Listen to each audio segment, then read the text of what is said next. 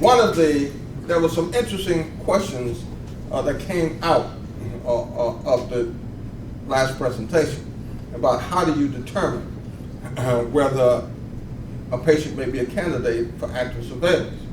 And one of the areas where there's been a lot of development and a lot of work is on prognostic tests to determine the level of aggressiveness of cancer that is detected. In fact, the holy grail of this whole prostate cancer treatment would be if we had a test that every man who was diagnosed with prostate cancer, if you could immediately determine the likelihood that this man had life-threatening prostate cancer or not. If we had that test with a great deal of confidence, we would solve a very big problem. There has been, the work that's been done in this area has provided us with two such tests that we're going to present here this morning. And our first presenter will be Dr.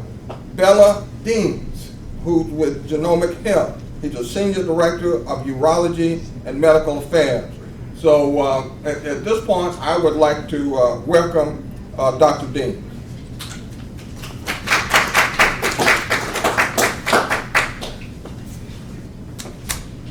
Thank you, Tom. As a urologist who had the privilege of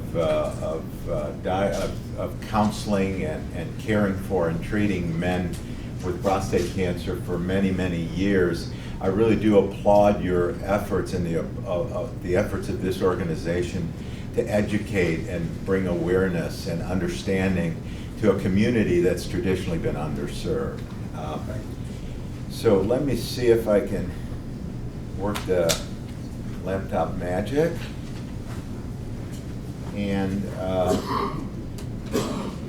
as you alluded to, and again, you know, we've heard some very, very good presentations this morning. So, and Johns Hopkins obviously is a tough act to follow, but and you've heard some mention of better selection tools, better imaging, and those kind of things. But as Tom, I think, correctly outlined, I think that the future, as you'll hear in Dr. Brower in my presentation, may lie in the biology of the disease, because for all these years we've been sort of caught within the limitations of the anatomy of the disease, the histology of the disease, looking at how it looks under the microscope rather than how it behaves in the patient.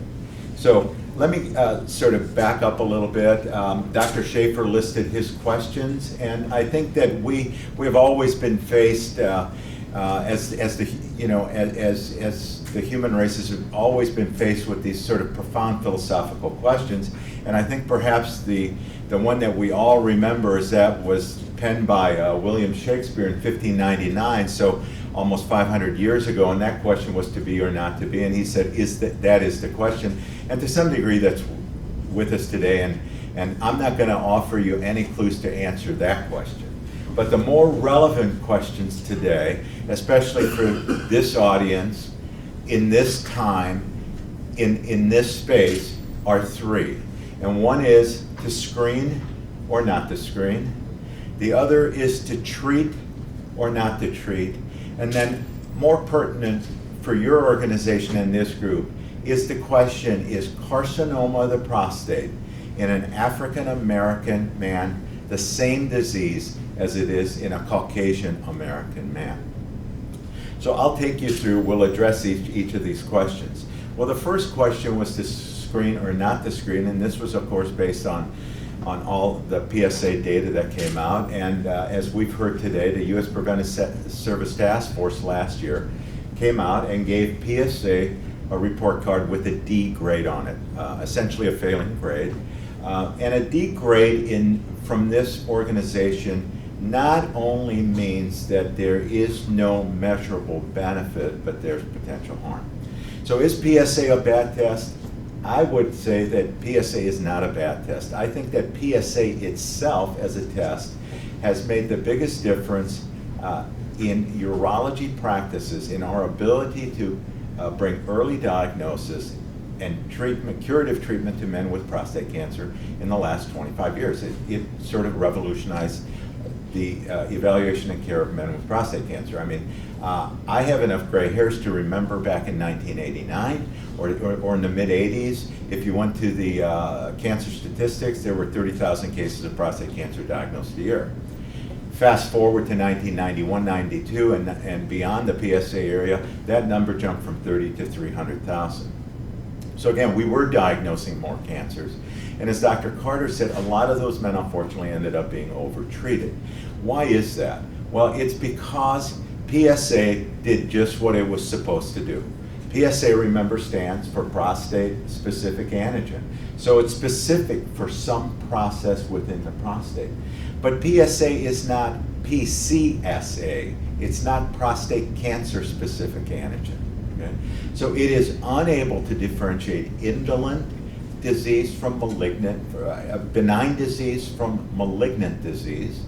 And even in the malignant disease, it is unable to differentiate indolent or innocent, slow-growing cancers from aggressive cancers. So it's not the test's fault, it's how the test was utilized. So, but because of its overutilization, it led to overdiagnosis, which then again led to the issues about overtreatment that we heard about. So the question is, should you have a PSA? And again, as Tom mentioned, this organization came out with a consensus statement on PSA. The AUA came out earlier this year stating that mass screening, or what I call indiscriminate screening, should be for men reserved for men between 55 and 69. But they went on to bring this notion of shared decision-making into the equation by stating that men should be informed of the risk as well as the benefit. And that the choice depends on your personal situation, which should take into account your family history, your age, your race, your symptoms, and other risk factors, okay? And these should be discussed before you commit to that.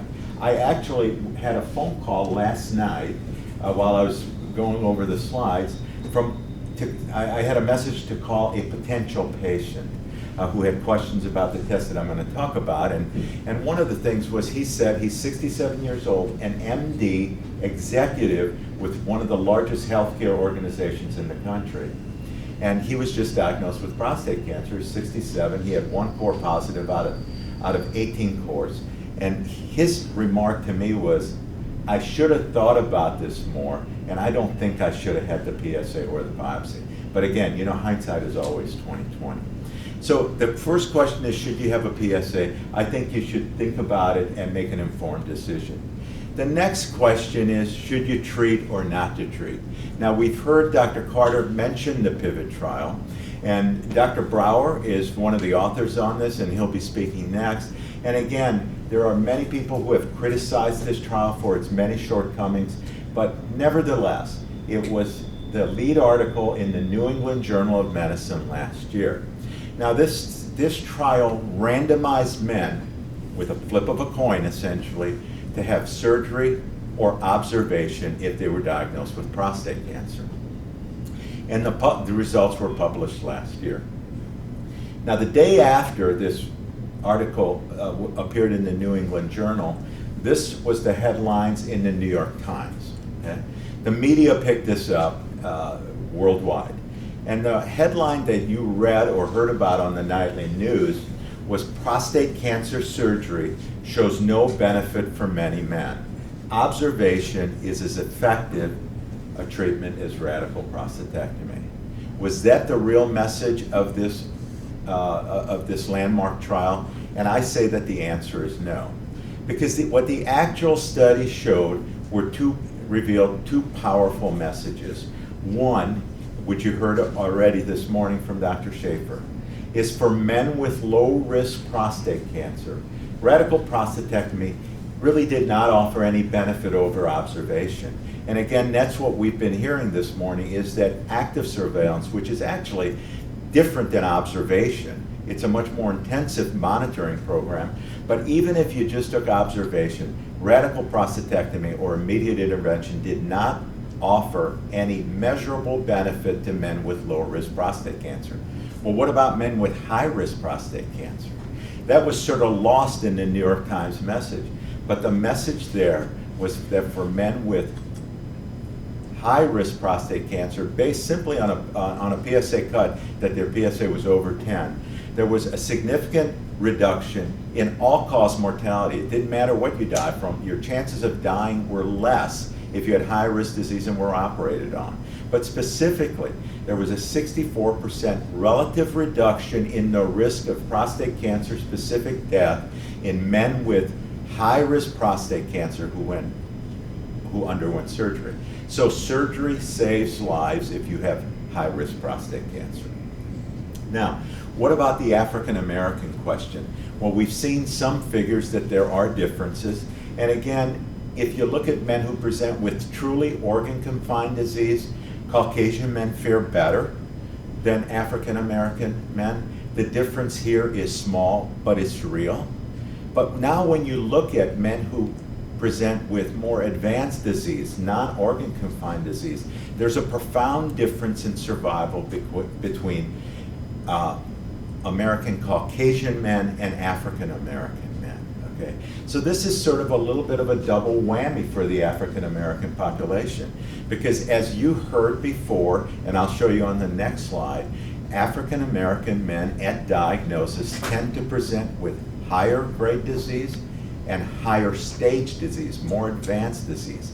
And even those men who present with that more advanced disease are compared to their Caucasian counterparts, they fare poorer. So when you look at all ages, 40 to 49, 50 to 59, and 60 or over, at the time of diagnosis, Gleason grade, and you look at the Gleason score in men undergoing radical prostatectomy, that what you see is that in each of these risk groups, black men in America, the majority of the time have Gleason scores over 7. It's 51.7% if they're in their 40s, 57% if they're in their 50s, and over 60% if they're in their 70s. So again, it may be a different disease, and that's what we're here to talk about. Now, so what's a man to do? Just like this gentleman raised his hand and said that he was just diagnosed with prostate cancer, well, he's got some decisions to make. And these decisions are not easy, and they're complex, and yet today we make these decisions on very, very limited tools. Those tools are a PSA value and a Gleason score. Maybe tumor volume plays a little bit in there, but those are the same tools that we've been using for 20 years to make these very important treatment decisions. So you've heard about active surveillance, and I'll talk a little bit about that. And there's radiation, and there's surgery. So you've got to make this decision at the same time that you're looking at your treatment options. In the back of your mind is, what are the consequences of that surgery? Am I going to be impotent? Am I going to have bladder or bowel issues for the rest of my life? Now, we've heard about active surveillance, and we've seen the Johns Hopkins results, which would suggest that it's very safe. This slide displays all of the published series of active surveillance outcomes that have significant number of patients with significant follow-up, okay? And what you see, and the important message is circled below, is that active surveillance is safe. If you look at the second column from the right, CSS stands for cancer-specific survival. And cancer-specific survival across all these series is 99.4%. So if you're selected properly, and if you're in an active surveillance program that you comply with, the risk that you will die from prostate cancer within certainly the first 5 years is under 1%. Okay? Because men who consider active surveillance only have two questions when they're face-to-face with the doctor. The first question is, am I at risk? Am I going to die while you're watching my cancer? Okay? And I think we can clearly say the answer to that is no. Your chances of dying of prostate cancer in the first 5 years under an active surveillance monitoring program is less than 1%. Well, the second question men ask is, okay, you're telling me I have prostate cancer, you're going to watch it, and I may need surgery down the road. What are the chances that I will need to have surgery or radiation a year from now, or 2 years from now, or 3 years from now. If it's 6 years from now, it's a different question. But if it's a year from now or 2 years from now, I may want to just go ahead and have it today rather than wait and take that risk. So if you look over at the very far right column, that's progression on active surveillance. What you see is that the rates of progression, as Dr. Carter showed earlier, are somewhere anywhere between 15% up to 50%. And the difference is based on patient selection. The better you select patients, the better the outcomes. So again, selection plays an important role. Now, how can we select men better? Well, I propose that the answer is this concept of personalized medicine. Looking at not only the individual's diagnosis, but the individual's biology. So again, the statistics we all know about: 240,000, a quarter of a million men every year in this country diagnosed with prostate cancer. Yet each of those men is unique, each of those men is different, and each of their tumors is as unique as those individuals. So we're going to talk a little bit about genomics and its role in the understanding the biology of the tumor and how to use these newly emerging tools. I do want to make one distinction, is that people talk about genetics and genomics as if they were the same thing. They are related, but yet they're different. Genetics is the study of heredity. You know, it basically looks at if you have brown eyes and your wife happens to have blue eyes, what are the chances of your 4 kids having brown or blue eyes? So it looks at those individual chromosomal traits. Genomics, on the other hand, looks at the interaction of lots and lots of genes within the cell and how it regulates its function. So it's a much more complex look at the molecular biology of the disease. Now, the test that we're introducing, and we have introduced this year and is now available on the market, is called the Oncotype DX prostate cancer assay. And the goal, this test is a multi-gene, 17-gene panel, gene expression assay that tries to identify which men have low-risk disease that can be watched safely under active surveillance, and which are those men who look like on their biopsy that they have low-risk disease, yet their prostate harbors aggressive tumor that you may have missed on your biopsy. So the test is for men newly diagnosed with prostate cancer. It's a biopsy-based test where the tissue that diagnosed the cancer is sent off to the laboratory to have further analysis on that same biopsy to try and predict the biology of the disease. And the question, of course, is why do the test? Well, the reason to do the test is to learn more about the tumor so you can make better treatment decisions. Now, these are the genes that are incorporated into our test, and what you'll notice is that they are across a number of genetic pathways. There's a number of genes in each pathway. There are some reference or control genes, and this is a lot of complex biology, but the takeaway message is that in our studies, what we found is that the combination of looking at multiple genes across multiple recognized biologic pathways is more predictive than looking at a single gene or a single pathway. The more information you have, the better. Now, how does this test work? Well, we've heard Dr. Carter and Dr. Schaefer talk about NCCN low risk, NCCN very low risk, NCCN intermediate and high risk disease. Now, this data is from the validation data that was generated at the University of California, San Francisco, that provided the validation of this test. And what you see is that green little dot says those are the men who in this study had NCCN very low risk disease, okay? On the up and down axis, what we call the y-axis, it reports the likelihood of favorable pathology in the prostate at the time of biopsy, okay? So what we're trying to do is answer that very question that Dr. Schaefer raised, is how can we tell what's in the prostate and whether what's in the prostate correlates with what's in the biopsy, okay?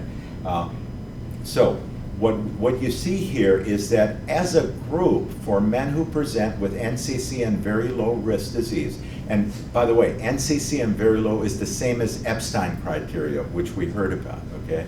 Those are thought to be the most favorable men for active surveillance, lowest risk. Yet those men, on the average, harbor about a 15% likelihood that there's more aggressive disease in the prostate. That's what you see on this bar. Now, when you look at low-risk patients, there's about a 25% chance that they actually harbor more aggressive disease in the prostate than what your biopsy shows. And for patients who have intermediate risk, it's almost 50%. Okay? But there's hundreds of men in these buckets, okay? So these are the average values for those buckets. And as a urologist or a pathologist or an oncologist, you can't tell these men apart because all you have to go on is Gleason Score, PSA, and number of course positive. So all these guys look alike. Well, what happens when you look at each of these tumors, each of the individual biology of this disease? What you see is that green little dot now spreads. And if you look across the bottom at the spread of those little green dots, that represents the individual molecular biology of the disease. So what you see is on the bottom where it says GPS, and GPS stands for Genomic Prostate Score. That's the score that this test generates. So the lower the number, the closer to zero, the more favorable the biology, the higher the number, the worse the disease, the more aggressive. And what you see is that in this bucket of men who all look like they have Epstein criteria disease, there are men who have very low GPS scores in the single digits, and there are men at the other end who look like they have very low risk disease and yet harbor aggressive biology because they have GPS scores in the 60s and 70s.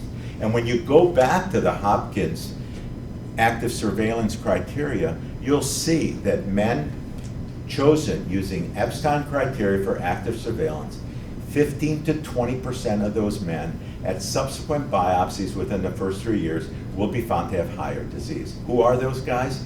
Well, those are those guys on the right-hand side who you missed on your first biopsy, but you did not have a tool to be able to pick them up. So that's what you see with the very low-risk patients. But you see the same thing in the intermediate, and you see the same thing in the low-risk disease. Again, within each of these large buckets of risk, these men have individual risks that are vastly different. Okay? And you cannot tell this by MRI. You cannot tell this by CAT scan. You can't differentiate by PSA. You need to be able to look at the biology of the disease. So, what does this mean in clinical practice? Well, these are biopsies from 2 men with Gleason 6 cancer of the prostate, okay? And I have shown this slide to a group of 50 pathologists in the past. And when I ask them which one has more aggressive disease, half of the room will say it's the guy on the left, and the other half of the room will say it's the guy on the right. Why? Because they can't tell them apart, okay? These guys look identical to pathologists. They look like they have the same disease. Yet, one of these guys goes on active surveillance and does very well. The other guy goes on active surveillance and his next biopsy or 2 biopsies later picks up very advanced disease. Why is that? Well, that's because if you look at the biology of these guys and you see their initials are on the dots, these guys look the same under the microscope, but their biology is very vastly different. And there's no way to pick this up other than getting the molecular information from the genomic profile. So this is what I call my Lego slide. So this will talk to this idea of selection that both Dr. Carter and Schaefer talked about. How do you better select men to be for active surveillance and immediate therapy based on not just histologic information, but biologic information, so that you can make smarter and better decisions. If you start out, most men diagnosed today in the PSA area have low-risk disease. So in this group, those are the guys in the yellow, and it's 50% in the UCSF cohort, or the UCFS study population. And you see 10% of the guys have Epstein criteria or very low risk disease. Why is it only 10%? Because it's a very restrictive, very conservative criteria that aims to pick out the most favorable men for active surveillance. And then the rest on the right-hand side have intermediate risk disease or higher risk disease. But that's all you can tell based on our current tools. Now, if you add the biologic information to it, what you see is that of the guys who are low risk, those were the guys on the left-hand side of that rainbow curve. They actually have biology identical to Epstein criteria disease. So these guys look like they have low risk disease, but their biology is much more favorable. They're now shifted into the very low risk. But the pendulum swings both ways because the genomic profile is able to identify not only favorable, but aggressive disease. And what you see is some of these guys who look like they have low risk disease actually are moved into the intermediate or the higher risk disease based on their biology. These are the guys who need to have surgery now and cannot and should not be watched on active surveillance. But the same is also true across all risk groups. And again, you'll see that some of the very low guys harbor more aggressive disease and actually have intermediate risk cancer. And again, these are the guys who have Epstein criteria, who Dr. Epstein puts into his surveillance program, and yet 2 years later finds that they actually have high-grade disease. You can pick them up earlier and make that treatment recommendation based on the biology. And again, at the same time, there are some intermediate or higher risk patients who harbor more favorable disease. And although you may be leaning towards surgery based on the histology, once you have a look at the biology, they become reasonable candidates for active surveillance. So that's the benefit. Now, what's the net result? Okay, well, the net result is that now you've redistributed the population. The low risk group, remember, was the largest group. It was 51% at start. Now it's down into the 30s because you've redistributed not just on the appearance of the tumor, but the biology of the tumor. And now you've expanded that pool of men from the Epstein criteria, very favorable men, from 10% to 26%, almost a third of the population. Again, so this is great, and it speaks to population, but what about individuals? Because when Dr. Brower's looking at a patient, or when I'm looking at a patient sitting across from me, he doesn't care what happens to all the men in this group. He only wants to know what his risk is, okay? So this test is individualized. So again, in this low risk group, if you have 3 men who look alike based on histology, Gleason Score, PSA, and you run their GPS, you'll be able to identify that their biology is very different. Some will have much lower risk disease. Some will confirm that in fact they do have low risk disease, and that's important because now you know that they're not harboring more aggressive disease, and yet you'll also be able to identify that 10 or 15% of men who actually harbor higher risk disease. And now based on this information, you can make smarter decisions. My son has a t-shirt that says, "The more you know, the less you need." And I think that's very true in this space today. Now, what about GPS in African American men? I will tell you, as you've heard before, is that in all studies, including the study that we used to develop and validate this assay, African American men were underrepresented. We're aware of that, and we're addressing that shortcoming. Genomic Health is addressing that need to examine the profiles and racial differences between African American, European American, and Asian American men. We have identified cohorts now where 40 to 50% of the men are African American, and we're focusing and defining the gene signature for American men. We should have that information forthcoming in the next 12 to 18 months. I will take one step back to let you know that Oncotype DX is the franchise for Genomic Health. It's new in men's health, it's new to prostate cancer. But the Oncotype DX breast cancer assay is the world leader in breast cancer diagnostic prognostics and prediction. It's been on the market for 10 years. The question was raised in breast cancer, is there a difference between African American women and Caucasian American women.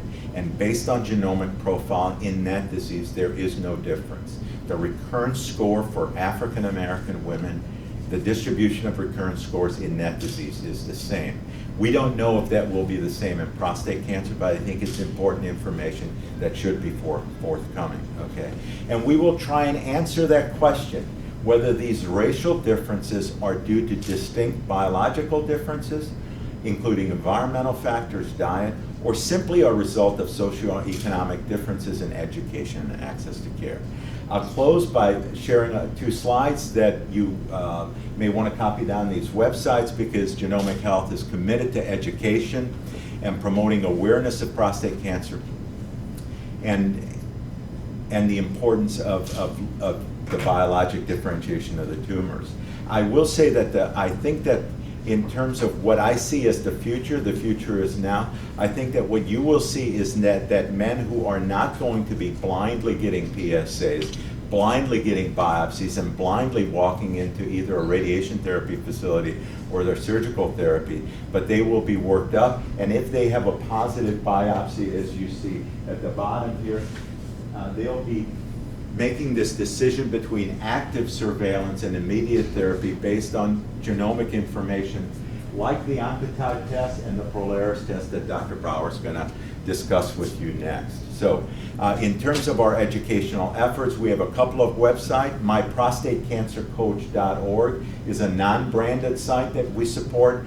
Arthur or Bud Burnett, a close friend and the distinguished professor of urology and director of the male consultation clinic at Johns Hopkins, is the prostate cancer coach on this website. And he's got a lot of interactive sort of videos there, a lot of information on this site. The other site that you can go to is Treatmentorg. This is a branded site. Again, a lot of information about prostate cancer and the Oncotype DX test that is now commercially available. Thank you.